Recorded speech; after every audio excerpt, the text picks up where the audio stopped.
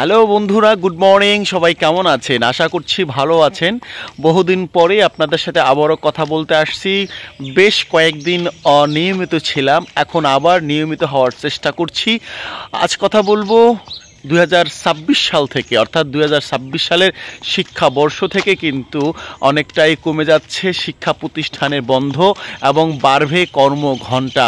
অর্থাৎ 2025 সালে যে বন্ধ রয়েছে, বন্ধটা হচ্ছে কলেজে আমরা আসলে জানি, যারা আমরা কলেজে জব করি তারা হচ্ছে 71 দিন বন্ধ উপভোগ করি, এবং যারা মাধ্যমিক প্রাথমিক শিক্ষায় মানে জব করেন যে সকল শিক্ষকরা, তারা কিন্তু প্রায় 76 দিন পর্যন্ত বন্ধ উপভোগ করি। এই যে কলেজে 71 দিন এবং স্কুল মাদ্রাসায় 76 দিন আমরা বন্ধ উপভোগ করি, এই বন্ধটা অনেকটা কমে যাচ্ছে।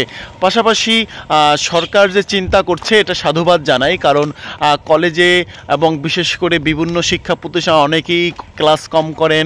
তারপর হচ্ছে নানান ধরনের দুর্ঘটনা থাকে, নানান ধরনের ইস্যু থাকে। বাংলাদেশে ক্লাইমেট চেঞ্জের কারণে ঘন ঘন আবহাওয়া খারাপ হচ্ছে, নানান ধরনের ইস্যু তৈরি হয়, যার কারণে শিক্ষা প্রতিষ্ঠান বন্ধ থাকে। এই যে শিক্ষা প্রতিষ্ঠানের বন্ধ থাকার কারণে শিক্ষার্থীরা বেশ শিক্ষায় ঘাটতি পড়ে, এবং তারা অবশ্যই এই শিখন ঘাটতি থেকে ডেভেলপ করার জন্য সরকার যে চিন্তা করেছে বা চিন্তার চেতনার হিসাবে আগামী শিক্ষা বছর থেকে যে শিক্ষা ছুটি কমাবে, কর্মঘণ্টা বাড়াবে, এটা আমি সাধুবাদ জানাই। আপনারা কেমন কি করছেন বা কি মনে করছেন জানি, তবে আমার মনে হচ্ছে শিক্ষা প্রতিষ্ঠানে 2 দিন ছুটি দেওয়া দরকার। আমার প্রশ্ন হচ্ছে এখানে যে ছুটিটা 2 দিন থাকবে কিনা। এখানে শুক্র এবং শনিবার ছুটি থাকা উচিত।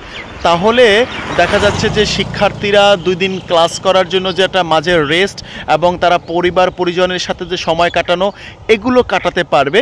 এবং আরেকটা বিষয় হচ্ছে, অনেক মা বাবারাই মূলত হচ্ছে সরকারি জব করে, সারা সপ্তাহে তারা সময় দিতে পারে না। তার আত্মীয় স্বজন রয়েছে, তার পরিবার পরিজন রয়েছে।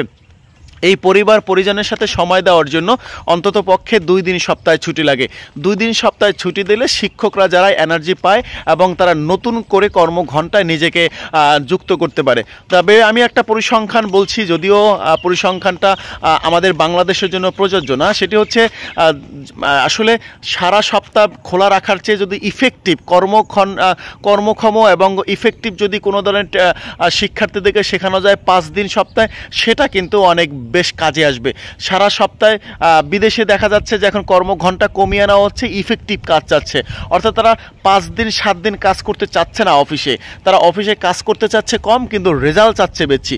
এই জন্য তারা কি করতে চাচ্ছে, তাদের বন্ধটা আমি মনে করছি শুক্র এবং শনিবার বন্ধটা যদি থাকে, তাহলে শিক্ষকরা তারা ভালো মনোযোগী হতে পারবে স্কুলে, এবং তারা পরিবার পরিজন আত্মীয় স্বজনের সাথে সময় দিতে পারবে। নানান সময় শিক্ষার্থীরাও একটু বিভিন্ন এক্সট্রা কারিকুলাম শিখতে পারবে। এটা আমার ব্যক্তিগত মতামত। আপনারাও কি মতামত ভাবছেন সেগুলোও কিন্তু আপনারা জানাতে পারেন এই ভিডিওর মাধ্যমে, বা এখানে কমেন্ট করতে পারেন। তবে আমার কথা হচ্ছে যে শুক্রবার এবং শনিবার এই 2 দিন ছুটি দেওয়া উচিত এবং ছুটি রাখা উচিত। তাহলে শিক্ষকরা ভালোভাবে মনোযোগী হতে পারবেন। কারণ হচ্ছে যারা আত্মীয় স্বজন রয়েছে, 2জন মা বাবা চাকরি করে, বিভিন্ন ইস্যুতে তারা এক্সট্রা কারিকুলামের সাথে এঙ্গেজ করতে পারে সন্তানদেরকে। আমি মনে করি এটা। আপনি কি মনে করেন তা এই ভিডিওর মাধ্যমে জানাতে পারেন।